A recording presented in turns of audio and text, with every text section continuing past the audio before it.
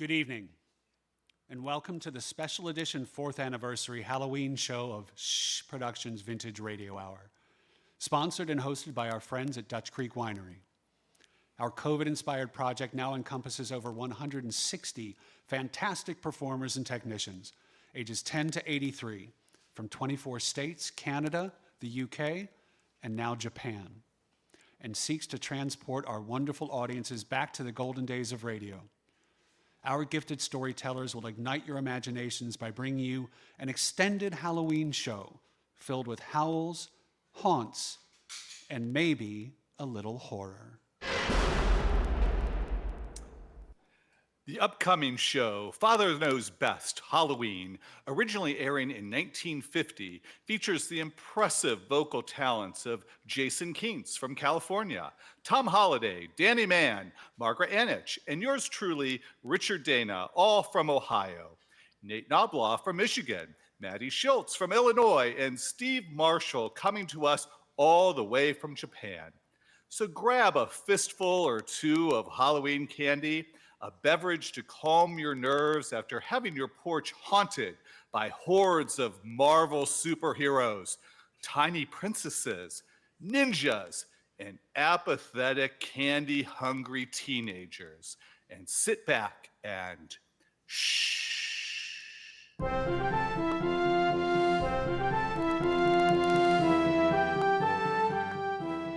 And for the next 24 hours, not much change in temperature. A slight atmospheric disturbance of undetermined origin is reported over Nova Scotia, causing a low-pressure area to move down rather rapidly over the northeastern states, bringing a forecast of rain accompanied by winds of light gale force. Maximum temperature, 66, minimum, 48.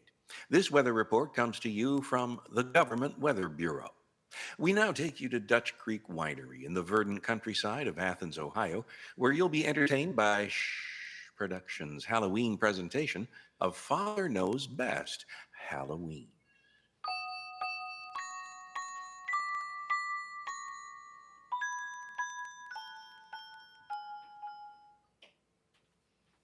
It's Halloween in Springfield, and the white frame house on Maple Street looks dark and deserted.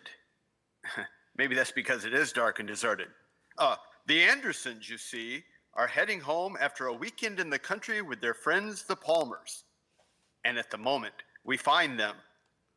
That is, their car is parked on a muddy and rain-spattered road between... Well, how am I supposed to know where they are? They don't even know themselves.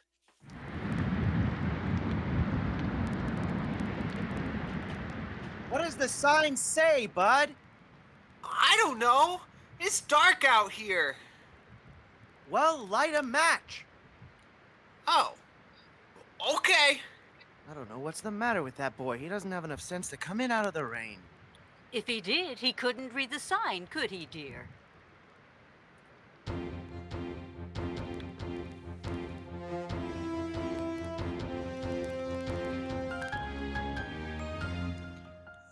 Ladies and gentlemen, we interrupt our program of Halloween fun to bring you a special bulletin from the Intercontinental Radio News.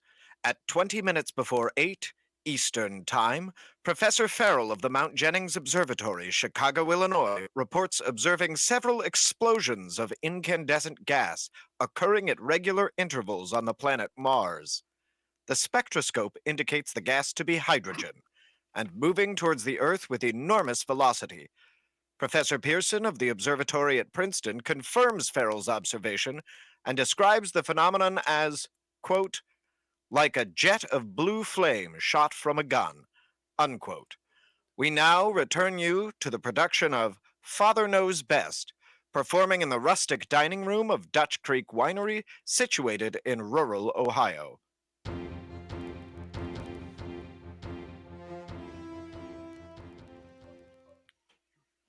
Now, back to our soggy family.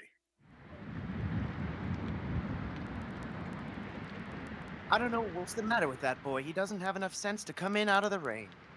If he did, he couldn't read the sign, could he, dear? Can you see it now, bud? Yeah. Well, what does it say? No trespassing. That's a great help. All right, come on back. Okay. Daddy, What is it, Kathy? my feet are cold. Well, put them in your pocket. Mother! Jim, that wasn't very nice. She's done nothing but complain for the last 3 hours. She's hungry, she's sleepy, she's tired, she's cold. Father? Yes, Betty.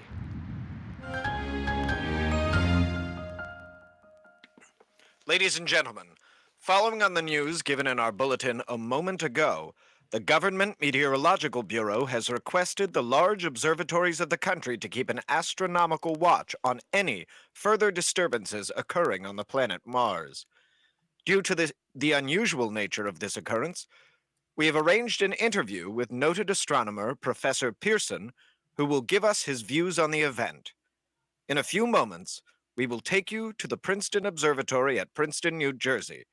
We return you until then to the Andersons and Father Knows Best.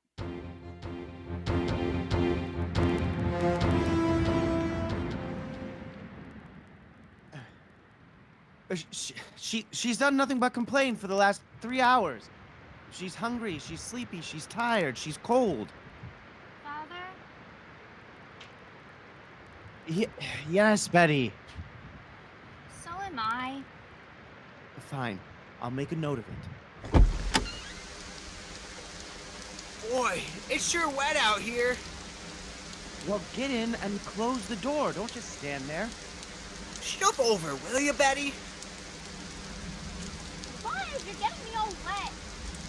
Oh, you poor thing. How would you like to get out every 2 minutes and look at a dopey sign? Bud, stop complaining and shut the door. I'm not complaining, Dad. But just because she gets a few drops of water on her. Shut the door! Holy cow.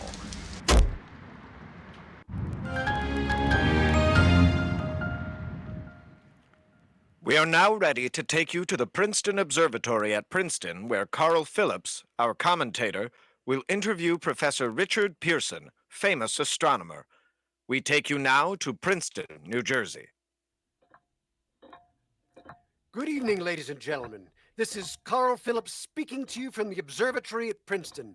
I am standing in a large, semicircular room, pitch black, except for an oblong split in the ceiling. Through this opening, I can see a sprinkling of stars that cast a kind of a frosty glow over the intricate mechanism of the huge telescope. The ticking sound you hear is the vibration of the clockwork. Professor Pearson stands directly above me on a small platform peering through a giant lens. I ask you to be patient, ladies and gentlemen, during any delay that may arise during our interview. Besides his ceaseless watch of the heavens, Professor Pearson may be interrupted by telephone or other communications. During this period, he is in constant touch with the astronomical centers of the world. Professor, may I begin our questions? At any time, Mr. Phillips. Professor, will you please tell our radio audience exactly what you see as you observe the planet Mars through your telescope? Nothing unusual at the moment, Mr. Phillips.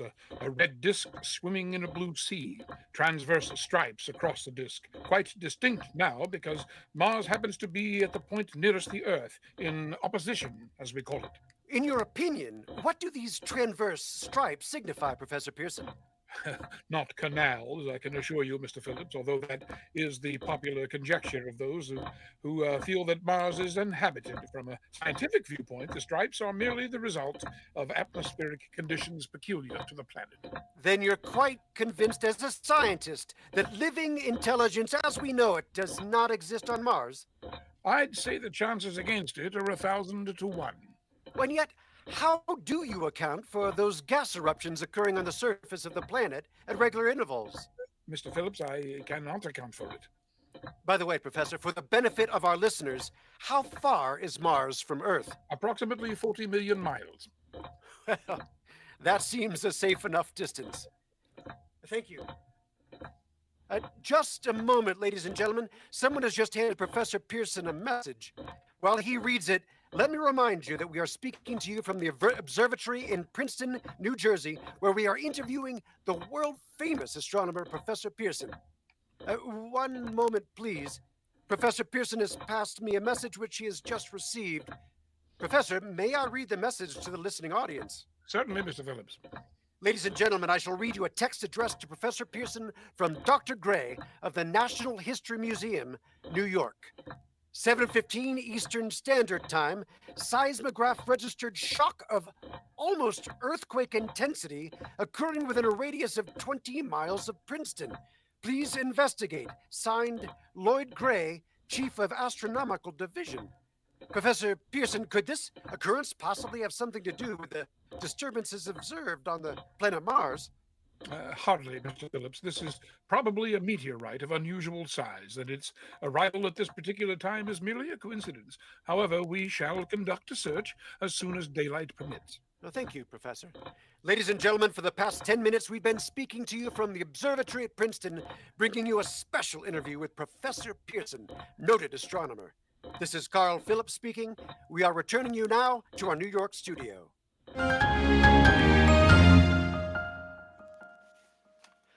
Ladies and gentlemen, here is the latest bulletin from the Intercontinental Radio News, Toronto, Canada. Professor Morse of McGill University reports observing a total of 3 explosions on the planet Mars between the hours of 5:45 p.m. and 7:20 p.m. Eastern Standard Time. This confirms earlier reports received from American observatories. Now, nearer home, comes a special announcement from Trenton, New Jersey. It is reported that at 7:50 p.m., a huge flaming object, believed to be a meteorite, fell on a farm in the neighborhood of Grover's Mill, New Jersey, 22 miles from Trenton. The flash in the sky was visible within a radius of several hundred miles, and the noise of the impact was heard as far north as Elizabeth. We have dispatched a special mobile unit to the scene, and will have our commentator, Carl Phillips, give you a word description as soon as he can reach there from Princeton. Well, what? Oh, in the meantime, we take you back to the Andersons, who are still trying to find their way.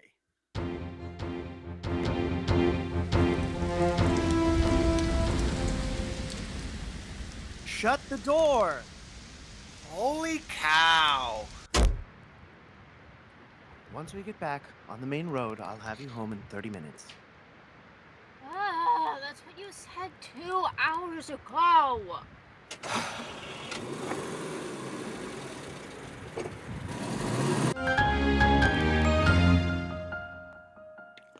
We take you now to Grover's Mill, New Jersey. Ladies and gentlemen, this is Carl Phillips again at the Wilmuth Farm, Grover's Mill, New Jersey. Professor Pearson and I and myself made the 11 miles from Princeton in 10 minutes. Well, I hardly know where to begin to paint for you a word picture of the strange scene before my eyes, like something out of a modern Arabian Nights. Well, I just got here. I haven't had a chance to look around yet. I guess that's it. Yes, I guess that's the thing directly in front of me, half buried in a vast pit. It must have struck with terrific force. The ground is covered with splinters of a tree. It must have struck on the way down. What I can see of the object itself doesn't look very much like a meteor. At least not the meteors I've seen. It looks more like a huge cylinder. It has the diameter of what would you say, Professor Pearson? What would you say? What is the diameter? About 30 yards. About 30 yards. The metal on the sheath is... Well, I've never seen anything like it. The color is sort of a yellowish white. Curious spectators now are pressing close to the object in spite of the efforts of the police to keep them back. They're getting in my line of vision. Would you mind standing to one side, please? One side! There! One side! While the policemen are pushing the crowd back, here's Ms. Wilmuth, owner of the farm here. She may have some interesting facts to add. Ms. Wilmuth, would you please tell the radio audience as much as you remember of this rather unusual visitor that dropped in your backyard? Step closer, please. Ladies and gentlemen, this is Ms. Wilmuth. Well, I was listening to the radio. Closer and louder, please. Pardon me? Louder, please, and closer. Oh, yes, sir. Well, I was listening to the radio and kind of dozing. That professor feller was talking about Mars, so I was half dozing and half awake. Yes, Miss Wilmuth. Then what happened? Well, like I said, I was listening to the radio and kind of halfway dozing. Yes, Miss Wilmuth. Then you saw something. Well, not first off. I heard something. And what did you hear? A sound like a hissing sound. It was like shh, kind of like one of them 4th of July rockets. Yes, and then what? Well, I turned my head to the window and would have swore I was asleep or dreaming. Then what? Well, I seen this kind of greenish streak, and then zingo! Something hit the ground and knocked me right out of my chair. Were you frightened, Miss Wilmuth? Well, I'm not quite sure. I was really kind of riled. Thank you, Miss Wilmuth. Thank you. What, you want me to tell you anything else? No. That's quite all right. That's plenty. Ladies and gentlemen, you've just heard Ms. Wilmuth, owner of the farm where this thing has fallen. I wish I could convey the atmosphere, the background of this fantastic scene. Hundreds of cars are parked in a field in back of us. Police are trying to rope off the roadway leading to the farm, but it's no use. They're breaking right through. Cars' headlights throw an enormous spot on the pit where the object's half buried. Some of the more daring souls are now venturing near the edge. Their silhouettes stand out against the metal sheen. One man wants to touch the thing. He's having an argument with a policeman. The policeman wins. Now, ladies and gentlemen, there's something I haven't mentioned in all this excitement, but now it's becoming more distinct. Perhaps you've caught it already on your radio. Listen. Do you hear it? It's a curious humming sound that seems to come from inside the object. I'll move the microphone nearer. Now we're not more than 25 feet away. Can you hear it now? Professor Pearson. Yes, Mr. Phillips? Can you tell us the meaning of that scraping noise inside the thing? Possibly the unequal cooling of its surface. I see. Do you still think it's a meteorite, Professor? I don't know what to think. The metal casing is definitely extraterrestrial, not found on this Earth. Friction with the Earth's atmosphere usually tears holes in a meteorite. This thing is smooth, and as you can see, of cylindrical shape. Just a minute! Something's happening! Ladies and gentlemen, this is terrific! The end of this thing is... It's beginning to flake off!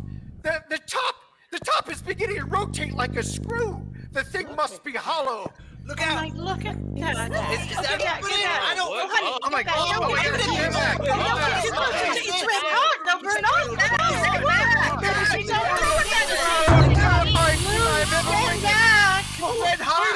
Wait a minute! Someone's crawling out of the hollow top! Someone or something? I can see peering out of that black hole. Two luminous discs? Are they eyes? It might be a face. And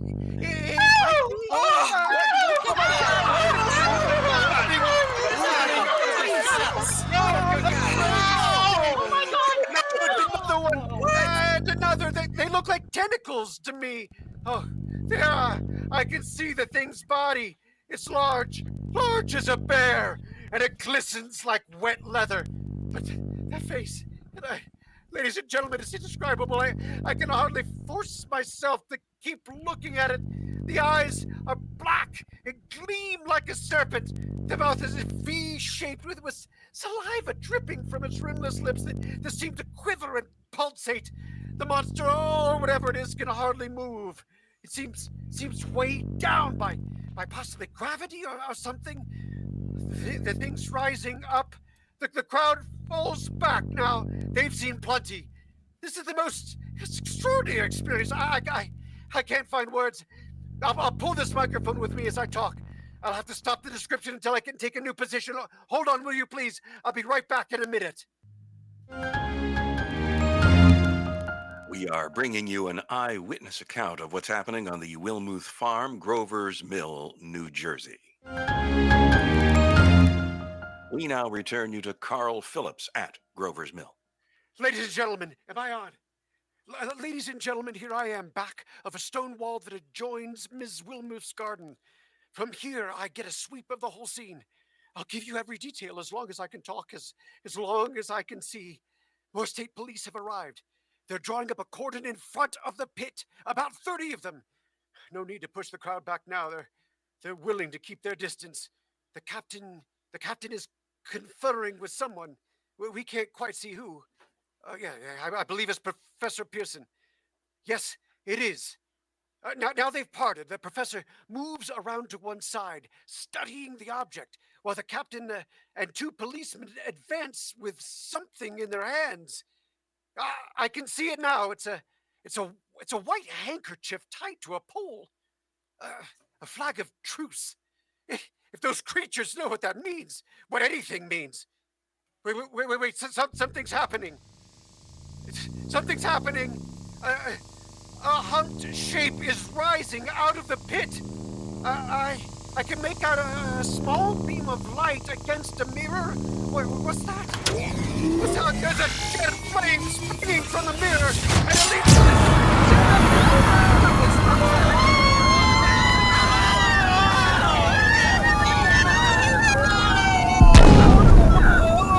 the gas tanks are all over the field. It's spreading everywhere. It's coming this way, but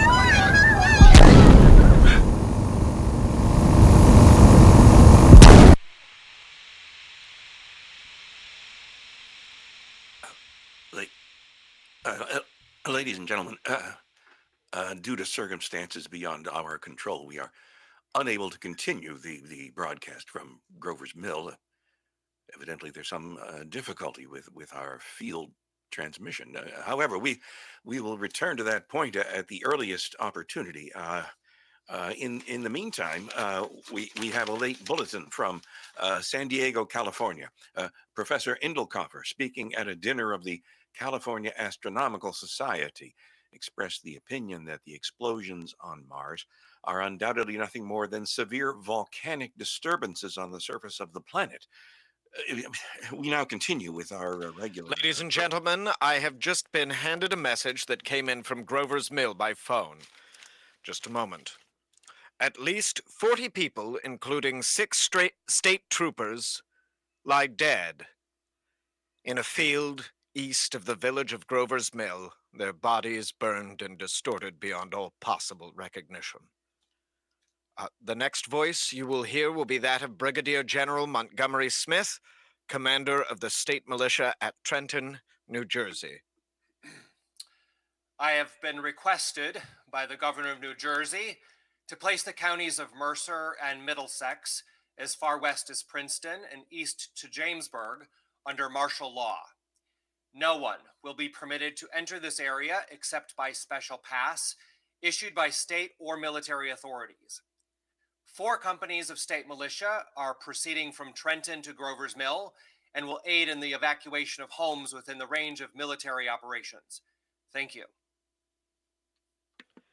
You have just been listening to General Montgomery Smith, commanding the state militia at Trenton, New Jersey. In the meantime, further details of the catastrophe at Grover's Mill are coming in. The strange creatures, after unleashing their deadly assault, crawled back into their pit and made no attempts to prevent the efforts of the firemen to recover the bodies and extinguish the fire. Combined fire departments of Mercer County are fighting the flames which menace the entire countryside. We have been unable to establish any contact with our mobile unit at Grover's Mill, but we hope to be able to return you there at the earliest possible moment. In the meantime, we take you... Just a moment, please. Cut to commercial. What's happening? We will continue our broadcast after a brief word from our sponsor, Dutch Creek Winery. This evening's broadcast of Productions Vintage Radio Hour is brought to you in part by Dutch Creek Winery, located in the beautiful countryside of Athens, Ohio. Visit their farm, winery, and tasting room located in the hills of southeastern Ohio and stop in to enjoy their amazing artisanal small batch ciders, fruit and berry wines, and honey based meads, as well as non alcoholic honey sodas. Dutch Creek Winery has something for everyone at family friendly prices. Keep it going. Extend. Yes, we were just spending some time at Dutch Creek Winery. Spend some time with friends and family while enjoying local beers and dining on a fresh, hot, out of the oven pizza or an expertly prepared charcuterie board. New on the menu are pretzels with house-made beer cheese and their latest sweet meat offerings, Booty Blue and Peg Leg Cherry. Um, Dutch Creek, the best Athens has to offer. Visit them at 12157 State Route 690, just 10 minutes from uptown Athens, Ohio, or on the web at DutchCreekWinery.com. See their Facebook or Instagram posts for more information about current events and offerings. Can't make it to them? Ask for their ciders and wines at your favorite retailer. They can also ship right to your door. And now back to our feature presentation. No, back to Intercontinental. And now back to our broadcast. Ladies and gentlemen, I've just been informed that we have finally established communication with an eyewitness of the tragedy. Professor Pearson has been located at a farmhouse near Grover's Mill, where he has established an emergency observation post. As a scientist, he will give you his explanation of the calamity. The next voice you hear will be that of Professor Pearson, brought to you by Direct Link. Professor Pearson? Of the creatures in the rocket cylinder at Grover's Mill, I can give you no authoritative information, either as to their nature, their origin, or their purposes here on Earth. Of their destructive instrument, I might venture some conjectural explanation. For want of a better term, I shall refer to the mysterious weapon as a heat ray. It's all too evident that these creatures have scientific knowledge far in advance of our own. It is my guess that in some way they are able to generate an intense heat in a chamber of practically absolute non-conductivity. The intense heat they project in a parallel beam against any object they choose by means of a polished parabolic mirror of unknown composition, much as the mirror of a lighthouse projects a beam of light. That is my conjecture of the origin of the heat ray. Thank you, Professor Pearson. Ladies and gentlemen, here is a bulletin from Trenton. It is a brief statement informing us that the charred body of Carl Phillips has been identified in a Trenton hospital. Now, here's another bulletin from Washington, D.C. Office of the Director of the National Red Cross. Reports 10 units of Red Cross emergency workers have been assigned to the headquarters of the state militia stationed outside Grover's Mill. Here's a bulletin from the state police, Princeton Junction. The fires at Grover's Mill and vicinity are now under control. Scouts report all quiet in the pit and no sign of life appearing from the mouth of the cylinder. And now, ladies and gentlemen, we have a special statement from Ms. Harriet McDonald, Vice President in charge of station operations. From the militia at Trenton to place at their disposal our entire broadcasting facilities. In view of the gravity of the situation and believing that radio has a responsibility to serve in the public interest at all times, we are turning over our facilities to the state militia at Trenton. We take you now to the field headquarters of the state militia near Grover's Mill, New Jersey. This is Captain Lansing of the Signal Corps, attached to the state militia now engaged in military operations in the vicinity of Grover's Mill. Situation arriving from the reported presence of certain individuals of unidentified nature is now under complete control. The cylindrical object, which lies in a pit directly below our position, is surrounded on all sides by 8 battalions of infantry, without heavy field pieces, but adequately armed with rifles and machine guns.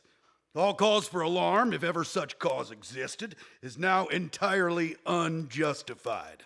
The things, whatever they are, do not even venture to poke their heads above the pit. I can see their hiding place plainly in the glare of the searchlights here. With all their reported resources, these creatures can scarcely stand up against heavy machine gun fire. Anyway, it's an interesting outing for the troops.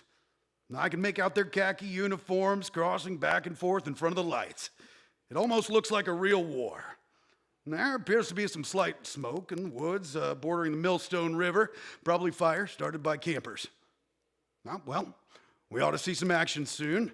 One of the companies is deploying on the left flank. A quick thrust and it'll be all over. Now, wait a minute. I see something on top of the cylinder. No, nothing but a shadow. Now the troops are on the edge of the Wilmoth farm. 7,000 armed men closing in on an old metal tube. Well, wait. Well, that wasn't a shadow. It's something moving. Solid metal, kind of a shield-like affair rising up out of the cylinder. It's going higher and higher. Oh, wait, it's standing on legs. It's actually rearing up on some sort of metal framework. Now it's reaching above the trees, and the searchlights are on. Oh, hold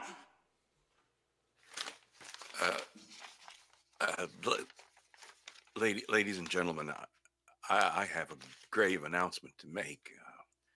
Incredible as it may seem, both the observations of science and the evidence of our eyes lead to the inescapable assumption that those strange beings who landed in the Jersey farmlands tonight are the vanguard of an invading army from the planet Mars. The battle which took place tonight at Grover's Mill has ended in one of the most startling defeats ever suffered by any army in modern times. 7,000 men, armed with rifles and machine guns, pitted against a single fighting machine of the invaders from Mars. 120 known survivors. The rest strewn over the battle area from Grover's Mill to Plainsboro, crushed and trampled to death under the metal feet of the monster, or burned to cinders by its heat ray. The monster is now in control of the middle section of New Jersey and has effectively cut the state through its center. Communication lines are down from Pennsylvania to the Atlantic Ocean. Railroad tracks are torn, and service from New York to Philadelphia discontinued, except routing some of the trains through Allentown and Phoenixville. Highways to the north, south, and west are clogged with frantic human traffic. Police and army reserves are unable to control the mad flight. By morning, the fugitives will have swelled Philadelphia, Camden, and Trenton, it is estimated, to twice their normal population. At this time, martial law prevails throughout New Jersey and eastern Pennsylvania. We take you now to Washington for a special broadcast on the national emergency. The Secretary of the Interior. Citizens of the nation, I shall not try to conceal the gravity of the situation that confronts the country, nor the concern of your government in protecting the lives and property of its people. However, I wish to impress upon you, private citizens and public officials, all of you, the urgent need of calm and resourceful action. Fortunately, this formidable enemy is confined to a comparatively small area, and we may place our faith in the military forces to keep them there. In the meantime, placing our faith in God, we must continue the performance of our duties, each and every one of us, so that we may confront this destructive adversary with a nation united, courageous, and consecrated to the preservation of human supremacy on this earth. I thank you. You have just heard the Secretary of the Interior speaking from Washington. Bulletins too numerous to read are piling up in the studio here. We are informed the central portion of New Jersey is blacked out from communications due to the effect of the heat ray upon cell towers and power lines and electrical equipment. Well, here's a special bulletin from New York. Messages received from English, French, German scientific bodies offering assistance. Astronomers report continued gas outbursts at regular intervals on planet Mars. Majority voice opinion that enemy will be reinforced by additional rocket machines. Attempts made to locate Professor Pearson of Princeton, who has observed Martians at close range. It is feared he was lost in recent battle. Langham Field, Virginia, scouting planes report 3 Martian machines visible above treetops moving north towards Somerville with population fleeing ahead of them. Heat ray not in use, although advancing at express train speed, invaders pick their way carefully. They seem to be making conscious effort to avoid destruction of cities and countryside. However, they stop to uproot power lines, bridges, and railroad tracks. Their apparent objective is to crush resistance, paralyze communication, and disorganize human society. Well, here's a bulletin from Basking Ridge, New Jersey. A group of hunters have stumbled on a second cylinder similar to the first, embedded in the Great Swamp 20 miles south of Morristown. Army field pieces are proceeding from Newark to blow up second invading unit before cylinder can be opened and the fighting machine rigged. They are taking up position in the foothills of Watchung Mountains. Another bulletin from Langham Field, Virginia. Scouting planes report enemy machines, now 3 in number, increasing speed northward, kicking over houses and trees in their evident haste to form a conjunction with their allies south of Morristown. Machines are also sighted by telephone operator east of Middlesex within 10 miles of Plainfield. Here's a bulletin from Winston Field, Long Island. A fleet of Army bombers carrying heavy explosives flying north in pursuit of enemy. Scouting planes act as guides. They keep speeding enemy in sight. Just a moment, please. Ladies and gentlemen, we've established a direct link to the artillery line in adjacent villages to give you a direct report in the zone of the advancing enemy. First, we take you to the battery of the 22nd Field Artillery located in the Watchung Mountains. Range 32 meters. 32 meters. Projection 39 degrees. 39 degrees. Fire! 140 yards to the right, sir. Shift range 31 meters. 31 meters. Projection 37 degrees. 37 degrees. Fire! The hit, sir! We got the tripod of one of them. They've stopped. The others are trying to repair it. Quick, get to range. Shift 30 meters. 30 meters. Projection 27 degrees. 27 degrees. Fire! Can't see the shell land, sir. They're letting off a smoke. What is it? A black smoke, sir. Moving this way, lying close to the ground. It's moving fast. Put on gas masks. Get ready to fire. Shift 24 meters. 24 meters. Projection 24 degrees. 24 degrees. Fire! Still can't see, sir. The smoke's coming nearer. Get the range. 23 meters. 23 meters. 23 meters. Projection 22 degrees. 22 degrees. 23 degrees.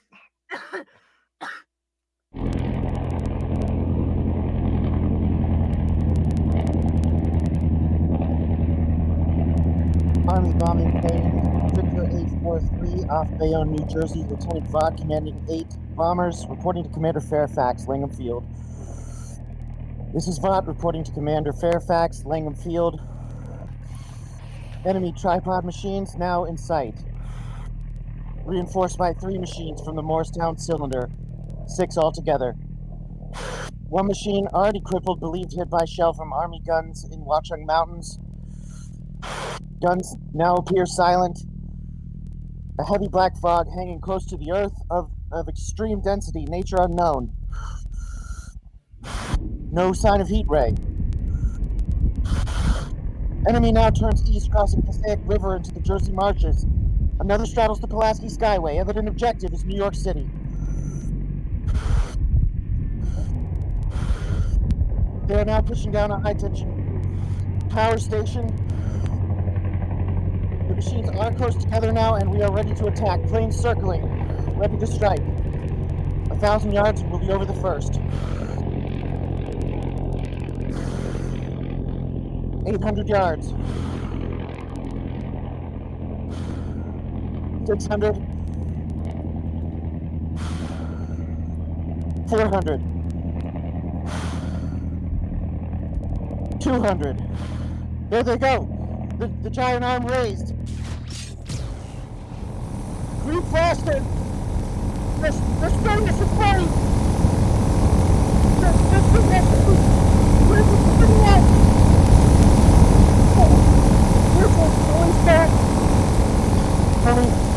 Only one thing left. Jump on them. Plane and all. We're diving on the first one now. The engines are gone.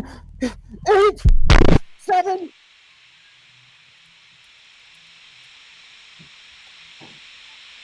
Calling Langham Field.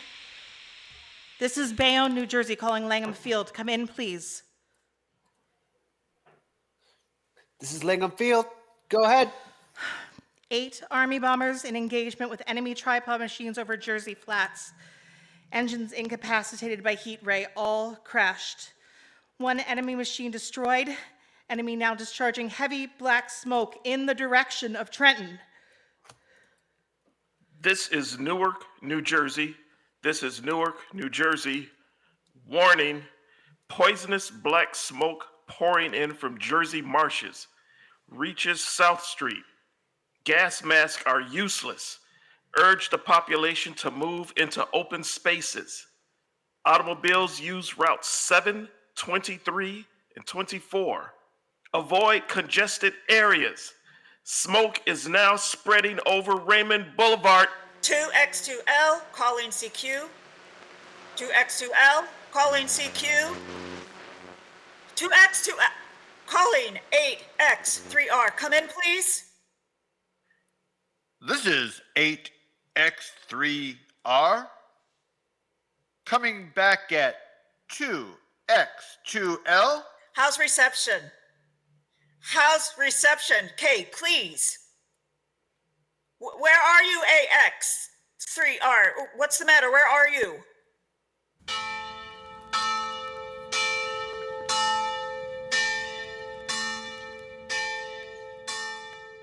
I'm speaking from the roof of the Broadcasting Building, New York City. Yeah. I'm speaking from the roof of the Broadcasting Building, New York City. The bells you hear are ringing to warn the people to evacuate the city as the Martians approach.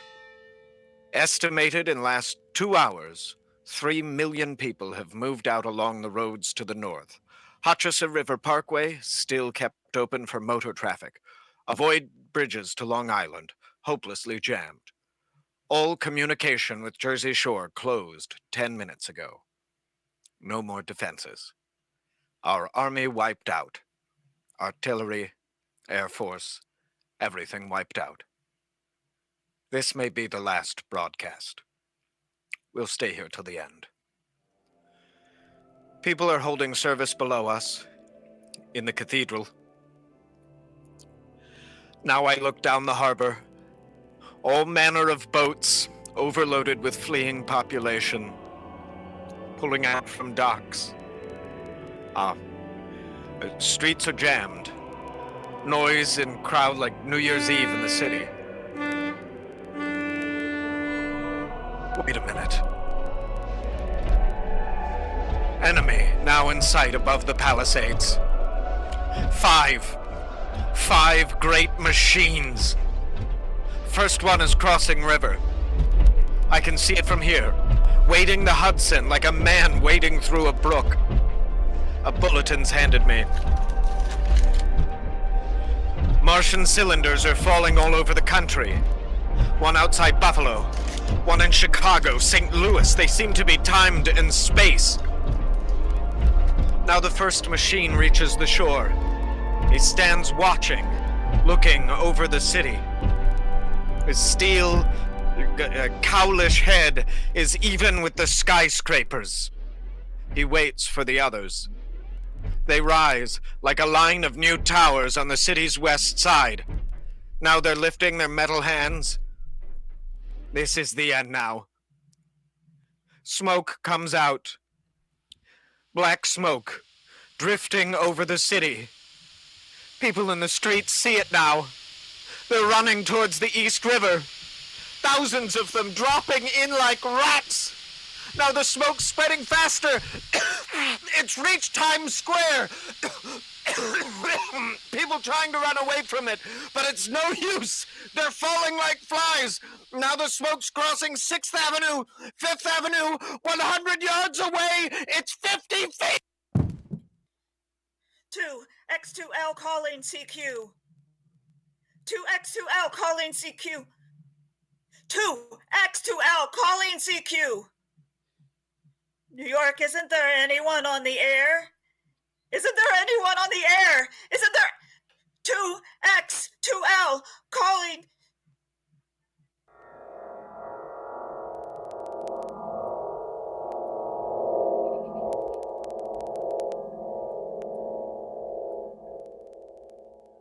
As I set down these notes on paper, I'm obsessed by the thought that I may be the last living man on Earth. I have been hiding in this empty house near Grover's Mill, a small island of daylight cut off from the black smoke from the rest of the world. All that happened before the arrival of these monstrous creatures in the world now seemed to be part of another life, a life that has no continuity with the present furtive existence of the lonely derelict who pencils these words on the back of some astronomical notes bearing the signature of Richard Pearson. I look down at my blackened hands, my torn shoes, my tattered clothes, and I try to connect them with the professor who lives at Princeton and who on the night of October 30th glimpsed through his telescope an orange splash of light on a distant planet. My wife, my colleagues, my students, my books, my observatory, my world. Where are they? Did they ever exist? Am I Richard Pearson? What day is it? Do days exist without calendars? Does time pass when there are no human hands left to wind the clocks? In writing down my daily life, I tell myself I shall preserve human history between the dark covers of this little book that was meant to record the movements of the stars. But to write, I must live, and to live, I must eat. I find moldy bread in the kitchen and an orange not too spoiled to swallow. I keep watch at the window. From time to time, I catch a sight of a Martian above the black smoke. The smoke still holds the house in its black coil. But at length there is a hissing sound, and suddenly I see a Martian mounted on his machine, spraying the air with a jet of steam as if to dissipate the smoke. I watch in a corner as his huge metal legs nearly brush against the house. Exhausted by terror, I fall asleep. It's morning. Morning. Sun streams in the window. The black cloud of gas has lifted, and the scorched meadows to the north look as though a black snowstorm has passed over them. I venture from the house. I make my way to a road. No traffic. Here and there a wrecked car, a baggage overturned, a blackened skeleton. I push on, north. For some reason, I feel safer trailing these monsters than running away from them, and I keep a careful watch. I have seen the Martians feed. Should one of their machines appear over the top of the trees, I am ready to fling myself flat on the earth. I come to a chestnut tree. October chestnuts are ripe. I fill my pockets. I must keep alive. 2 days I wander in a vague northerly direction through a desolate world. Finally, I notice a living creature, a small red squirrel in a beech tree. I stare at him and wonder. He stares back at me. I believe at that moment the animal and I share the same emotion, the joy of finding another living human being. I push on north. I find dead cows in a brackish field beyond the charred ruins of a dairy. The silo remains standing guard over the wasteland like a lighthouse deserted by the sea. Astride the silo perches a weather clock. The arrow points north. Next day, I came to a city vaguely familiar in its contours, and yet its buildings strangely dwarfed and leveled off, as if by a giant hand that had sliced its highest towers with a capricious sweep of his hand. I reached the outskirts. I found Newark, undemolished, but humbled by some whim of the advancing Martians. Presently, with an odd feeling of being watched, I caught sight of something crouching in a doorway. I made a step towards it, and it rose up and became a man armed with a knife. Stop! Where did you come from? I come from many places. A long time ago from Princeton. Princeton, huh? That's near Grover's Mill. Yes. Grover's Mill.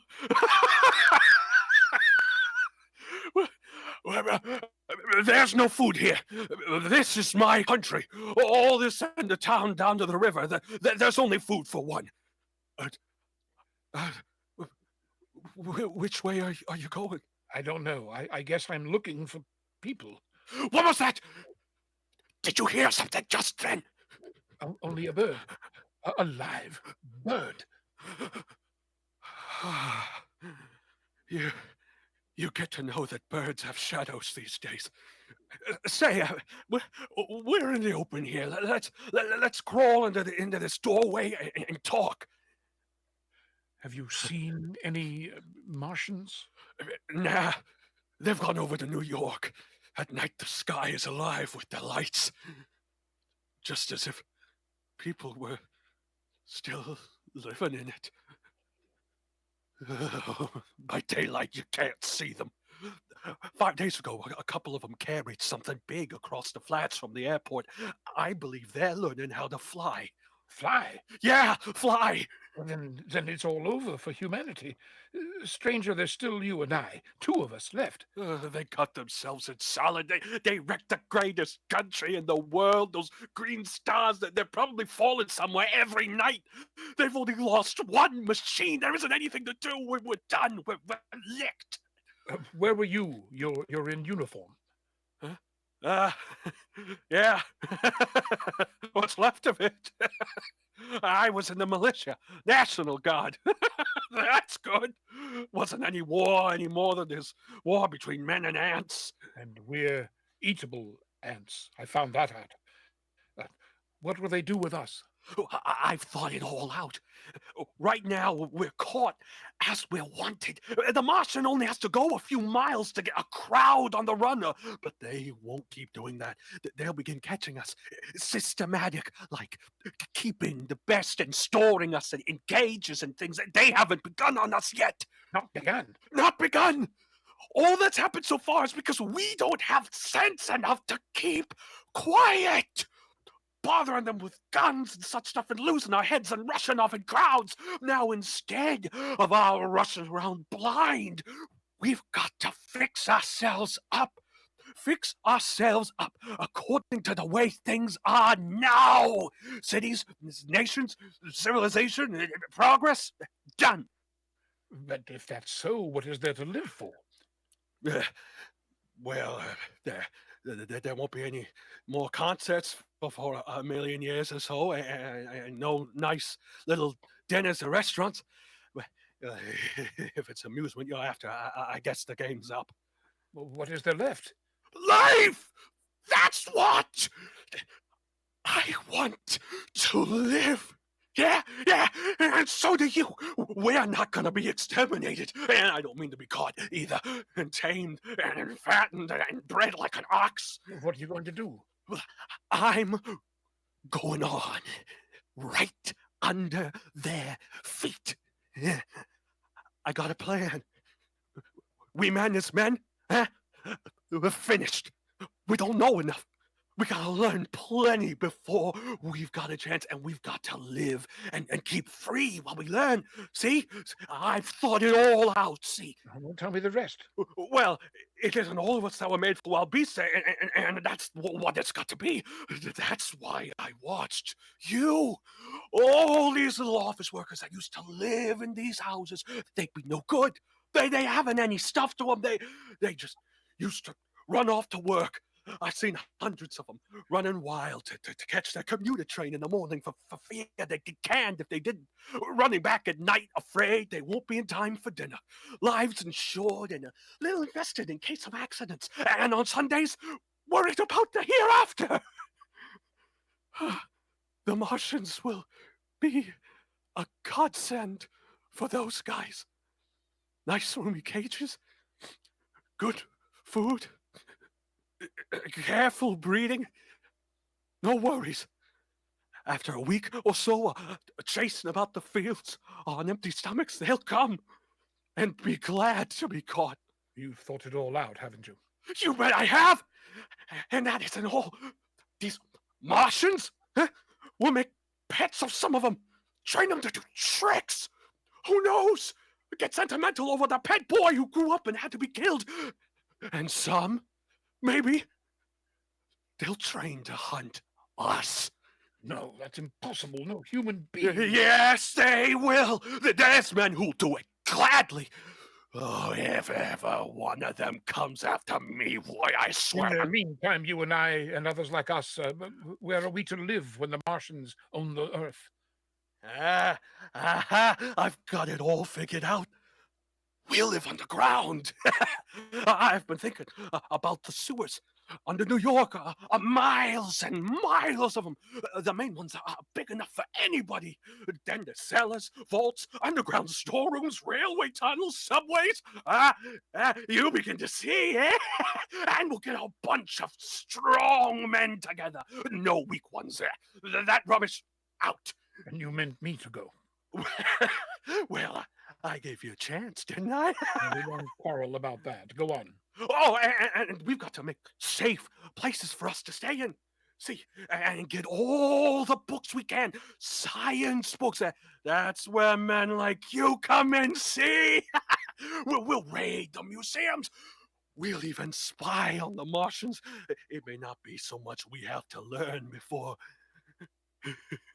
Just imagine this.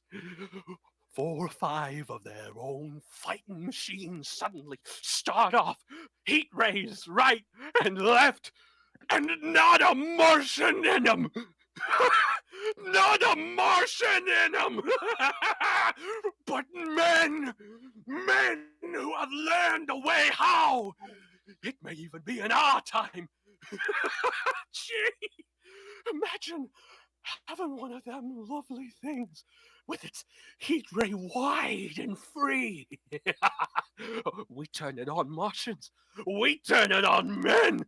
We'd bring everybody down to their knees. That's your plan.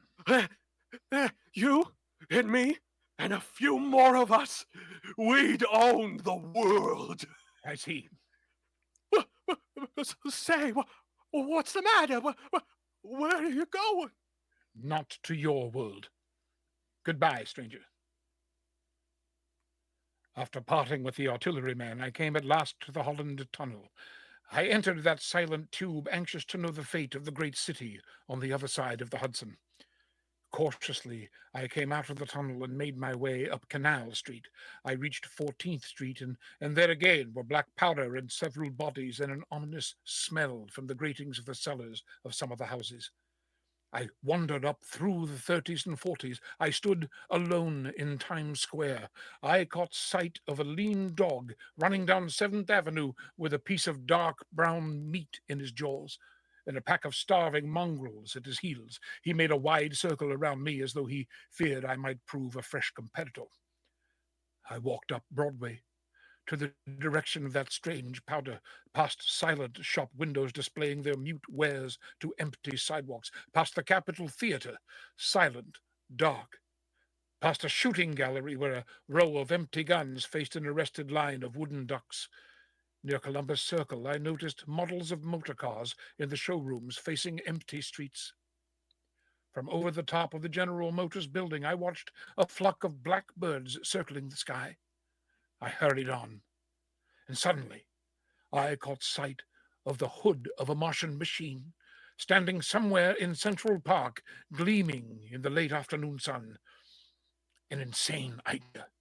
I rushed recklessly across Columbus Circle and into the park. I climbed a small hill above the pond at 60th Street, and from there I could see, standing in a silent row along the mall, 19 of those great metal titans, their cowls empty, their great steel arms hanging listlessly by their sides.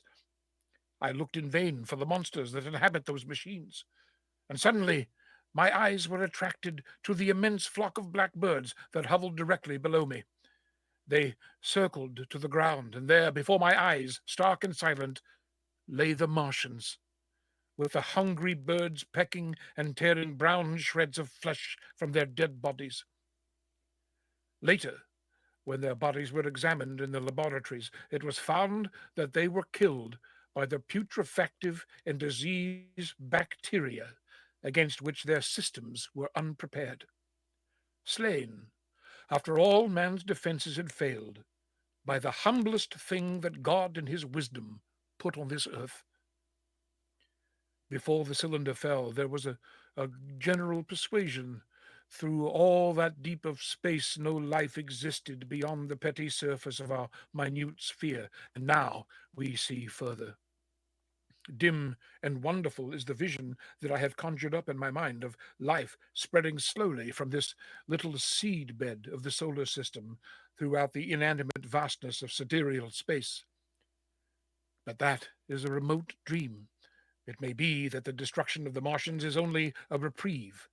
To them, and not to us, is the future ordained, perhaps. Strange it now seems to sit in my peaceful study at Princeton, writing down this last chapter of the record begun at a deserted farm in Grover's Mill. Strange to see my window, through my window, the university spires dim and blue through an April haze. Strange to watch children playing in the streets. Strange to see young people strolling up the green, where the new spring grass heals the last scars of a bruised earth. Strange to watch the sightseers enter the museum where the disassembled parts of a Martian machine are kept on public view. Strange when I recall the time that I first saw it, bright and clean-cut, hard and silent, under the dawn of that last great day.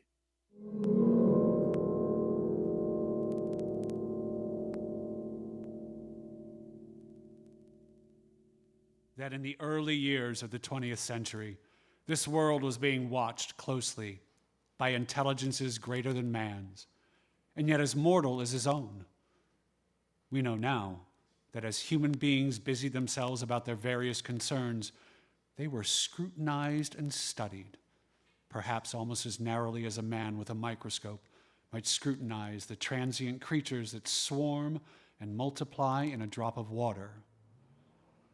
With infinite complacence, people went to and fro over the earth about their little affairs, serene in the assurance of their dominion over the small spinning fragment of solar driftwood, which by chance or design, man has inherited out of the dark mystery of time and space. Yet, across an immense ethereal gulf, minds that to our minds as ours are to the beasts in the jungle, intellects vast, cool, and unsympathetic, regarded this earth with envious eyes, and slowly and surely drew their plans against us. In the 24th year of the 21st century came the Great Disillusionment. Now that's past. We pray that it has passed.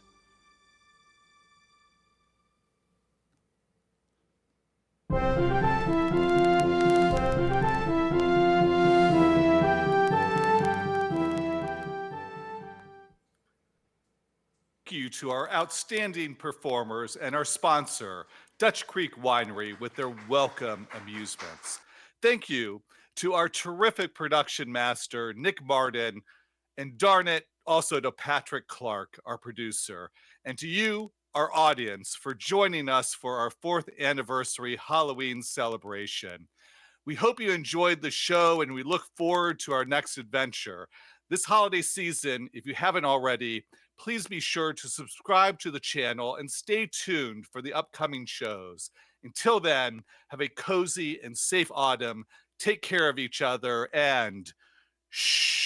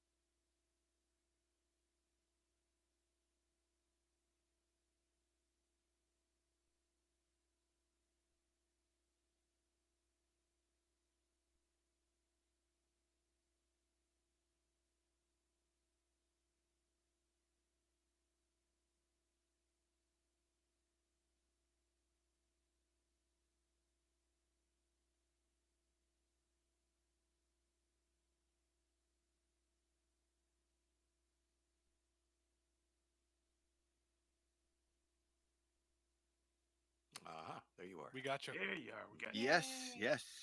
Yep. There we are. Hey. Mhm. Woo! Woo!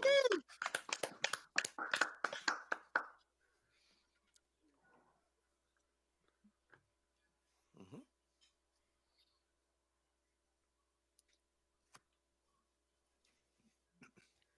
Real good. Hey, just curious, pretty good. Right. how much of a crowd was there at Dutch Creek? I say, how much of a group was there at Dutch Creek?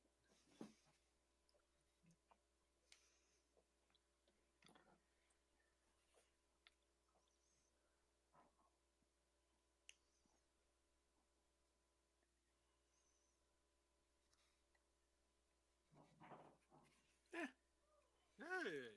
No, pretty cool. Not bad. Cool. Nice. Wow. Nice. That's not bad.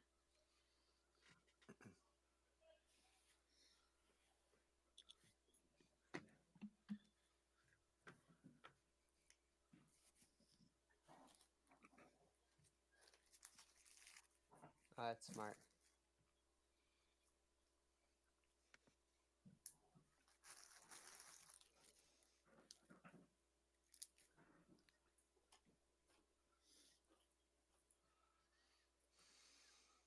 Cool. Sounds good. Sounds Nice. Real Once quick, again, it's thank been you, a blast. everybody. This has Yep. been great. My dad told me about this radio broadcast when I was a kid, and it's been in my mind my whole life. And I always went, it'd be cool to be involved in this, but there's no more radio shows. Now there was. Hey. And you all exceeded my expectations that had been in my head for 50 years. So thank you so much. That's so You're cool. amazing. Steve. Thank you Wow. for learning your Yeah, vocal this has talents. been It was once great. again. It's been awesome.